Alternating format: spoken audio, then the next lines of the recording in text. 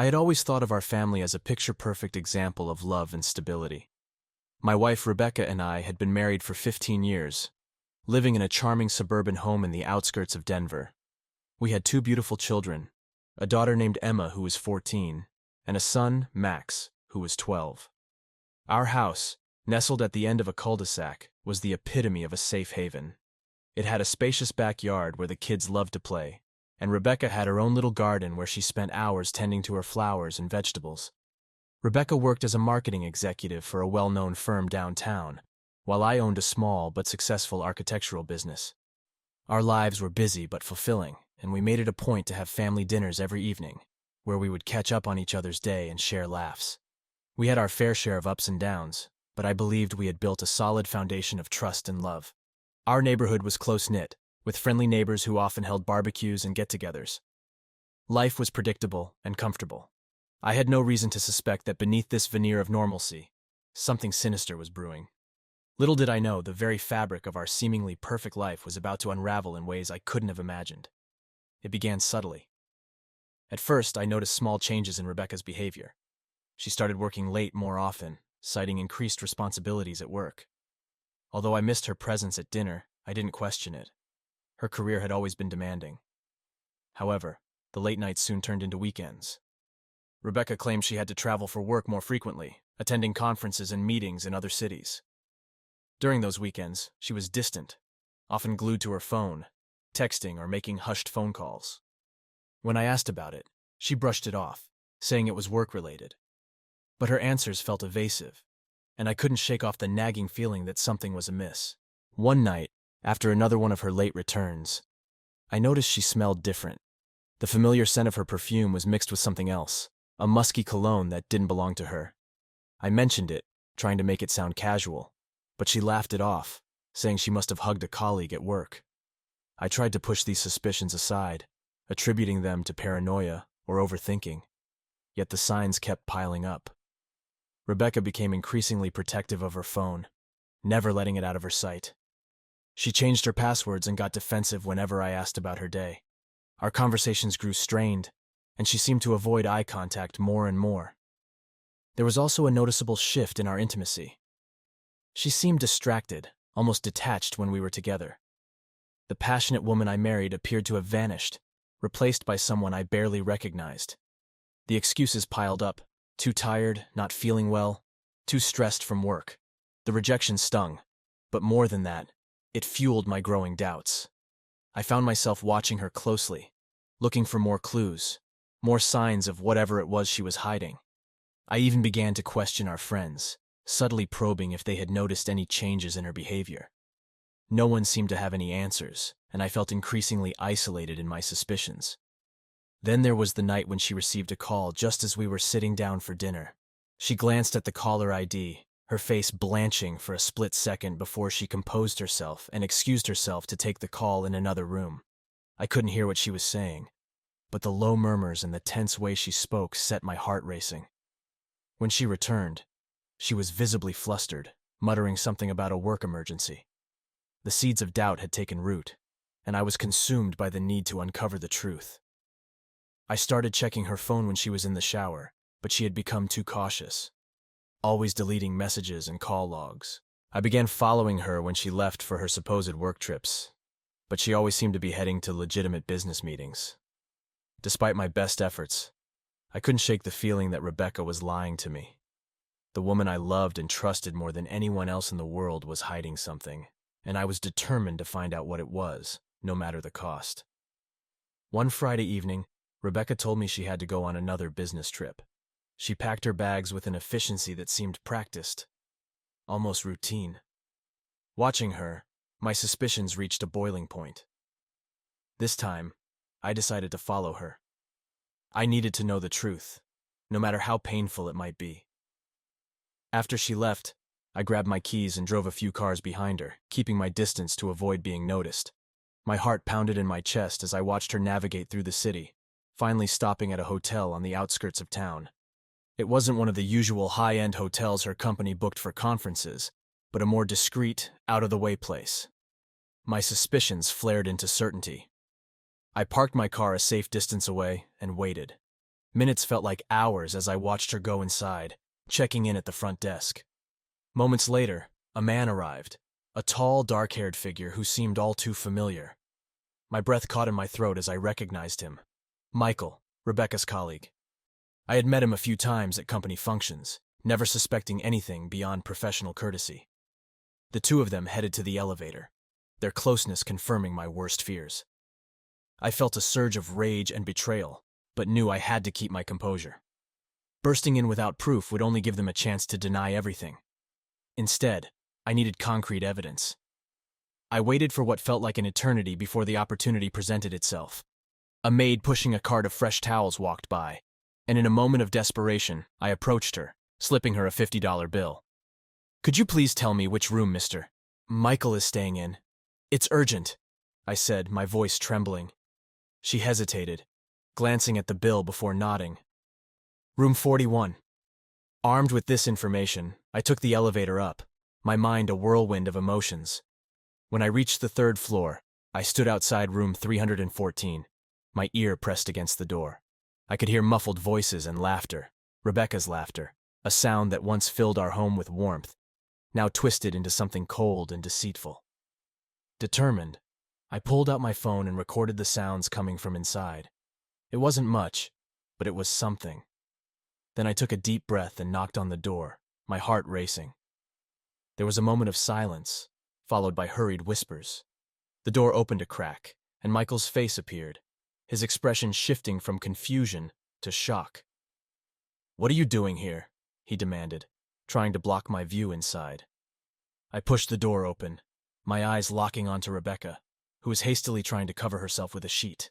The look of horror and guilt on her face confirmed everything.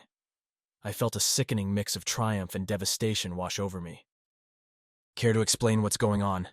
I asked, my voice shaking with suppressed rage. Rebecca's eyes filled with tears and she opened her mouth to speak, but no words came out. Michael stepped forward, trying to look authoritative. "This isn't what it looks like," he stammered. "Really?" I said, my voice dripping with sarcasm, "because it looks exactly like what I suspected." Rebecca finally found her voice, sobbing. "It's not what you think, James. Please, just let me explain." "Explain? Explain what? That you've been lying to me for God knows how long? That you've been sneaking around with him?" I pointed at Michael, my anger spilling over. She fell silent, her tears streaming down her face. I felt a deep, aching pain in my chest as I realized the depth of her betrayal. I had loved this woman, trusted her with everything, and she had torn our life apart for what? For him? I turned to leave, needing to escape the suffocating room. "We're done, Rebecca. Don't come home." As I walked away, the weight of what I had just uncovered pressed down on me, but I knew there was no turning back. The woman I had loved was gone, replaced by someone I didn't recognize. And now, I had to figure out what to do with the shattered pieces of my life.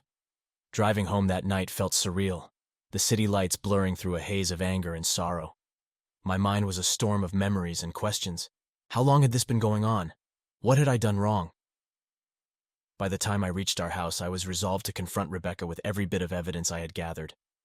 I spent a restless night on the couch, replaying the events over and over in my mind. Early the next morning, I heard the familiar sound of Rebecca's car pulling into the driveway. My heart pounded in my chest as I prepared myself for the confrontation that awaited. She entered the house quietly, her face a mask of guilt and fear when she saw me standing there waiting. The silence between us was heavy, filled with unspoken accusations and simmering rage. "We need to talk," I said, my voice trembling with a mixture of anger and pain. Rebecca nodded, her eyes avoiding mine as she set her bag down. She took a seat at the kitchen table, and I joined her, the space between us feeling like a chasm. "How long has this been going on?" I demanded, my voice breaking the silence. She took a deep breath, tears welling up in her eyes. "About a year," she admitted, her voice barely above a whisper. "A year," I repeated, the weight of her words crashing down on me. "Why, Rebecca? Why would you do this to us? To our family?" She looked up at me, her face contorted with anguish. "I was lonely, James. You were always so busy with work, and I felt like you didn't see me anymore. Michael was there, and it just happened." "That's your excuse?" I snapped, my anger flaring. Because I was working to provide for us, you decided to betray me? To throw away 15 years of marriage for some fling? It wasn't just a fling, she protested, her voice rising. I didn't plan for this to happen. It just did. I didn't mean to hurt you. But you did, Rebecca, I said, my voice shaking. You hurt me more than you can imagine. And what about the kids? Did you ever think about how this would affect them? She broke down into sobs, her hands covering her face. I know. I'm so sorry, James. I never wanted to hurt you or the kids. Sorry, I echoed bitterly. Sorry doesn't fix this. Sorry doesn't erase the lies, the deceit, the nights I spent wondering why you were so distant. I love you, James, she cried, reaching out to touch my hand. I never stopped loving you. I was just so lonely, and Michael made me feel alive again. I pulled my hand away, disgusted by her touch. You love me? You have a funny way of showing it, Rebecca. If you loved me, you would have talked to me, not gone behind my back with him. I tried, she insisted. I tried to talk to you, but you were always too busy. I felt invisible. That's not an excuse, I said coldly. You had a choice, and you chose to betray me. She fell silent, her sobs the only sound in the room. I stood up, unable to sit there any longer. This is over, Rebecca. I can't stay in a marriage built on lies and betrayal. I'm filing for divorce. Her head snapped up, panic flashing in her eyes. No, please, James, don't do this. We can work through this. I'll do anything to make it right. It's too late for that, I said, my voice firm. You made your choice, and now I'm making mine. As I walked away, her pleas followed me, but I steeled myself against them. I had given her my heart, my trust, and she had shattered it. There was no going back from this. The only path forward was to rebuild my life without her. In the days that followed our confrontation, I was a man possessed. Anger and betrayal coursed through my veins, fueling my every move. Filing for divorce was just the beginning. Rebecca's betrayal demanded a reckoning, and I was determined to make her and Michael pay for the destruction they had wrought. I hired a private investigator to gather more evidence of their affair. I wanted to make sure I had everything I needed to not only secure a favorable divorce settlement, but also to expose their deceit to the world. As the investigator dug into their lives, I began plotting my revenge. First, I called Rebecca's company, pretending to be a concerned friend. I told them I had reason to believe one of their employees, Rebecca, was engaging in an inappropriate relationship with a colleague during work hours and on business trips. The HR department took the bait, promising to investigate the matter thoroughly. I knew this would put her job at risk and hoped it would ruin her professional reputation. Next, I turned my attention to Michael. I knew he had a wife and children, and I decided it was time she knew the truth. I found her contact information and sent her an anonymous letter detailing the affair, complete with photos and recordings I had gathered. It was a cruel move, but I wanted Michael to feel the same pain and betrayal I had experienced. As the days passed, the investigator delivered more damning evidence. Photos of Rebecca and Michael together, timestamps showing her lies about work trips, and even financial records indicating she had spent our money on their clandestine meetings. Armed with this evidence, I met with my lawyer to ensure I would get the best possible outcome in the divorce proceedings. Meanwhile, I made sure to cut Rebecca off from our joint accounts and credit cards. She would no longer have access to my hard-earned money. I wanted her to feel the consequences of her actions in every aspect of her life. The final piece of my plan involved our children. I didn't want to hurt them, but they deserved to know the truth about why their family was falling apart. One evening, I sat Emma and Max down and explained the situation as gently as I could. I told them that their mother had been unfaithful and that we would be getting a divorce. Their reactions were heartbreaking. Emma cried, and Max looked devastated. It was the hardest conversation I'd ever had, but it was necessary. Rebecca's world began to crumble around her. Her company launched an internal investigation, and rumors spread like wildfire. Michael's wife filed for divorce, and he faced the prospect of losing his family. Rebecca's friends and colleagues turned against her, and she found herself increasingly isolated.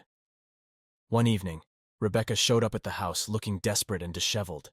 She pleaded with me to stop, to give her another chance, but my heart was hardened. "You made your bed, Rebecca," I said coldly. "Now you have to lie in it." "You've taken everything from me," she sobbed. "Why are you doing this? Because you destroyed everything we had, I replied. You betrayed me, our children, and our life together. This is the price you pay. Rebecca's cries echoed in the empty house as I closed the door on her. I felt a grim satisfaction in her misery, a sense of justice being served. But beneath it all, there was a deep sadness, a mourning for the life we once had and the love that was lost. The next few weeks were a whirlwind of legal battles and emotional turmoil. The divorce proceedings were brutal, but my lawyer was relentless, ensuring that I came out with custody of the children and a fair division of assets. Rebecca fought back, but the mountain of evidence against her was insurmountable. In the end, I walked away with my dignity intact and the knowledge that I had stood up for myself and my children. The road ahead was uncertain, but I was determined to rebuild my life, free from the shadow of betrayal. Rebecca and Michael had faced their reckoning, and now it was time for me to find a way to move forward. The day the divorce was finalized felt like the end of a long, harrowing journey. I had won custody of Emma and Max, and the court had ruled in my favor regarding the division of assets. Rebecca was left with little more than her clothes and a tarnished reputation. But despite the legal victory, I couldn't shake the lingering sense of sorrow. This was not how I had envisioned my life, and the reality of it was a bitter pill to swallow. Rebecca asked to meet one last time, and though I was reluctant, I agreed. We met at a local park, a neutral ground where our children often played. She arrived looking worn and defeated, her eyes swollen from tears. We sat on a bench under the shade of an old oak tree, the sounds of children laughing in the background a stark contrast to the heavy silence between us. "Thank you for meeting me," she said softly, her voice barely above a whisper. I nodded, not trusting myself to speak without anger. I waited for her to start, knowing that whatever she had to say, it wouldn't change the outcome. "I know you have every right to hate me," Rebecca began, her eyes downcast. "I've made terrible mistakes, and I've hurt you in ways I can't even begin to fathom. But I need you to know that I never stopped loving you." "Love?" I scoffed, unable to hide my bitterness. "Is that what you call it? Sneaking around behind my back, lying to my face, destroying our family? That's not love, Rebecca. That's betrayal." Tears streamed down her face as she listened, her shoulders shaking with silent sobs. "I know," she said. "I know I messed up, and I don't expect you to forgive me. I just want you to understand why." "Why?" I echoed, my voice rising. "Why did you do it? What could possibly justify tearing our family apart?" She took a deep breath, struggling to compose herself. "I was lonely, James. You were always so focused on work, on providing for us, that you forgot about me. I felt invisible, like I didn't matter anymore. Michael was there, and he made me feel seen, appreciated." "Appreciated?" I said, my anger boiling over. "You think I didn't appreciate you? I was out there working my ass off for this family, for you, while you were off having an affair. How dare you blame this on me?" Rebecca's sobs grew louder, and she buried her face in her hands. "I'm not blaming you, James. I know this is my fault. I should have talked to you, tried to fix things instead of running to someone else. But I was weak, and I made the wrong choices." I shook my head, feeling the weight of her words but unable to let go of my anger. "It's too late for that, Rebecca.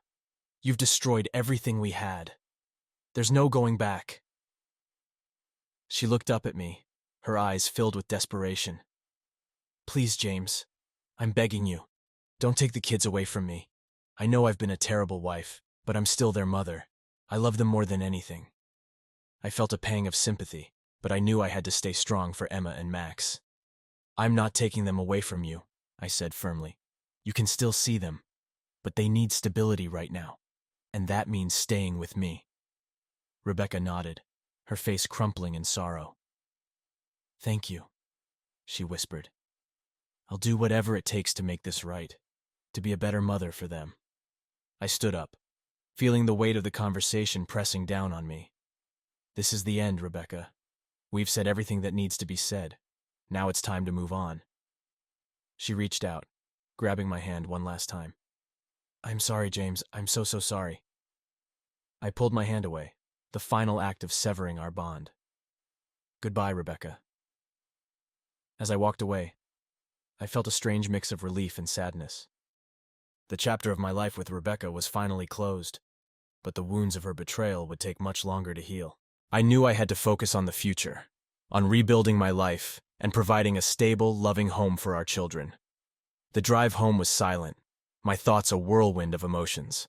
I had faced the woman who had torn my world apart, and I had emerged with my dignity intact. Now it was time to look ahead, to find a way to heal and move forward. The path would be difficult, but I was determined to reclaim my life and create a new beginning for myself and my children.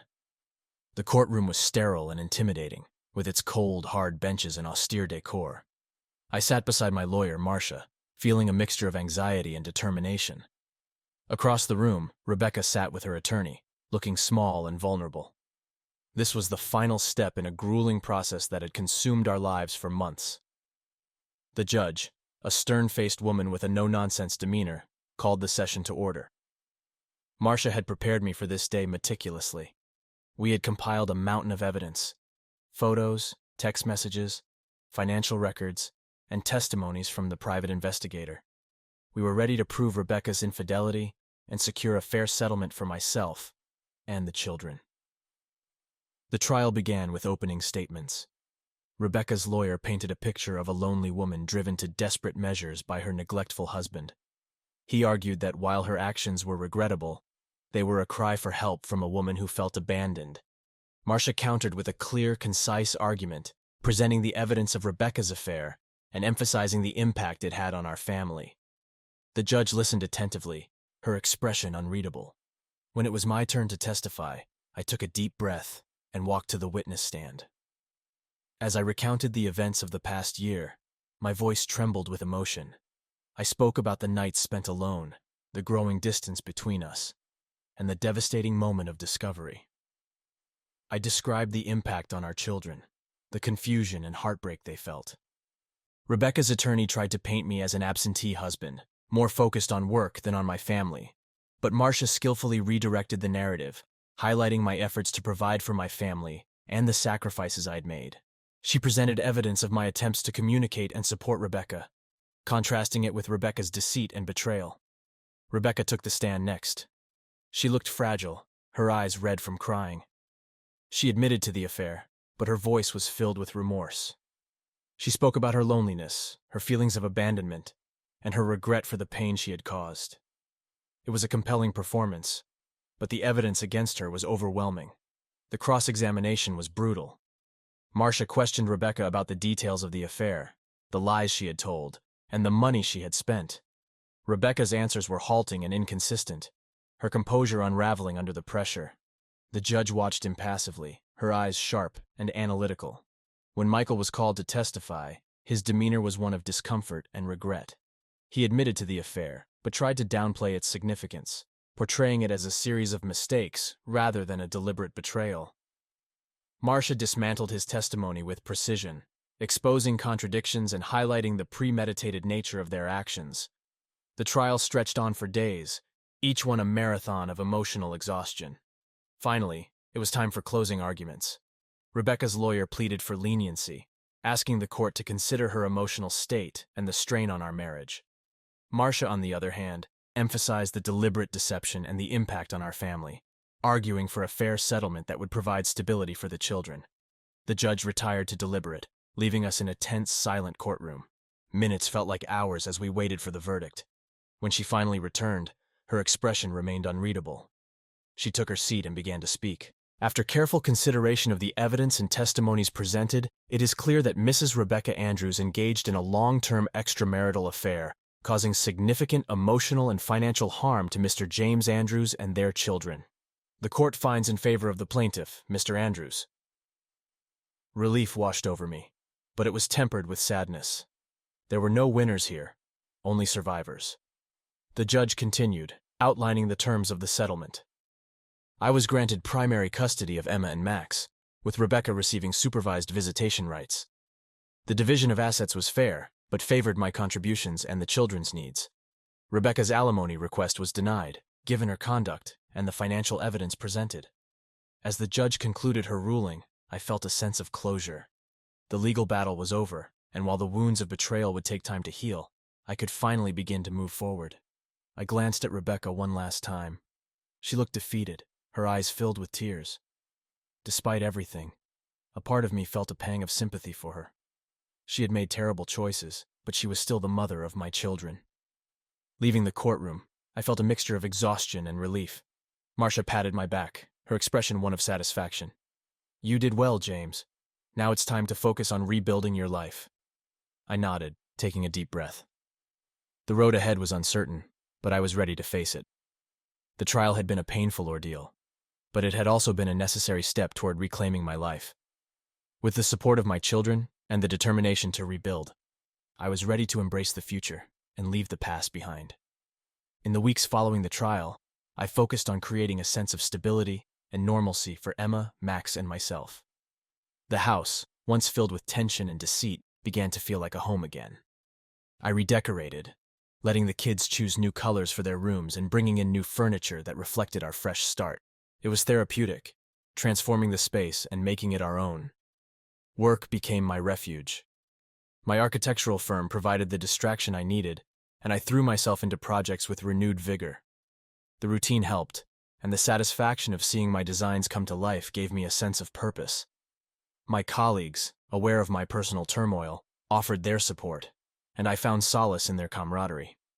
Emma and Max adjusted to the new reality with remarkable resilience.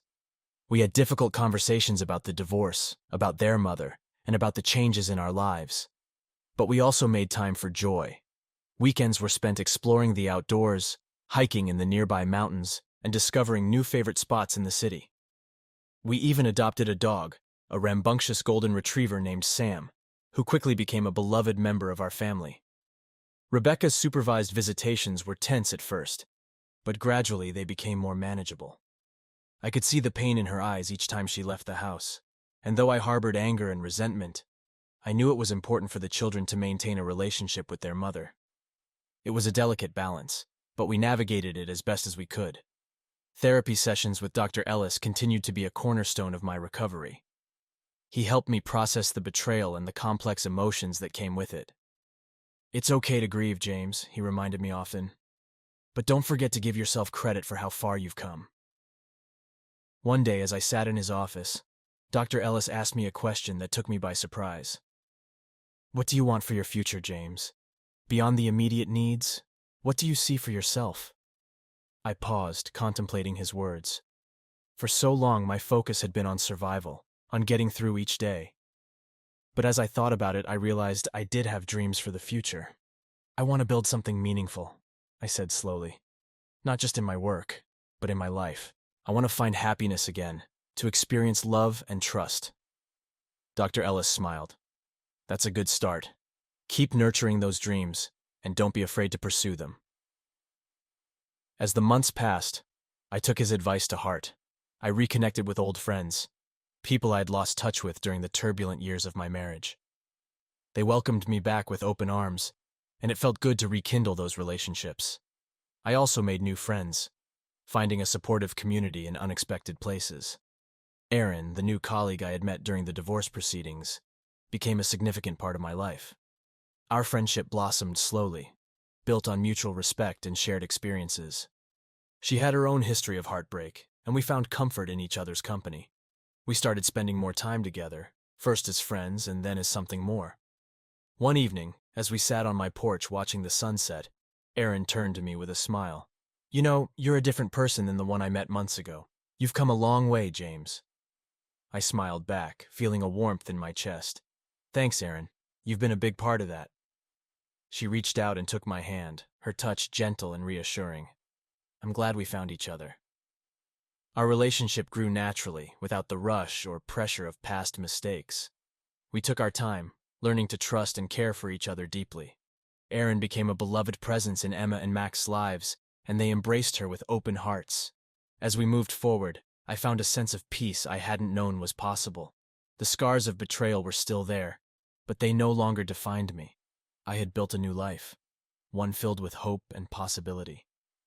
One afternoon, as I watched Emma and Max play with Sam in the backyard, Aaron by my side, I realized that I had found what I was looking for.